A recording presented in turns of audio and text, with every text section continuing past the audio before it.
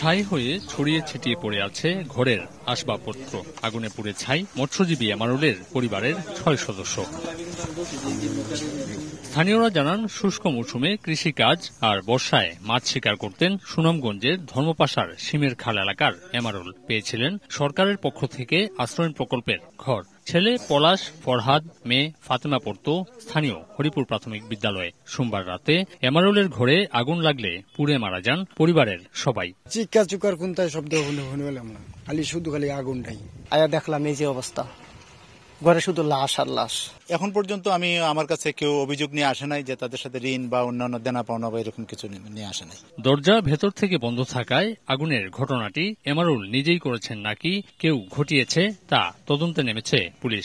কাজ করছে পিবিআই সদস্যরাও। পিছনে করে কিন্তু আগুন যায় নাই, পিছনে জানালা টানালা সব লাগানো ছিল। সামনে ভিতর দিয়ে আবার ওই যে দরজাও ভিতর দিয়ে লক করা ছিল, যাতে বাইরে ভিতরেই যে ঘটনা যা হয়েছে ভিতরেই হয়েছে। তদন্ত অব্যাহত রেখেছি। আমরা এখনো নিশ্চিত না আসলে ঘটনা এই যে ঘরের ভিতরে কোন জায়গা থেকে কিভাবে আগুনটা লেগেছে। দুর্ঘটনার পর থেকে এলাকায় চলছে নানা আলোচনা। রহস্য উদ্ঘাটনে প্রশাসনের পাশাপাশি কাজ করছেন জনপ্রতিনিধিরাও। আমিনুল ইসলাম, সময় সংবাদ, সুনামগঞ্জ।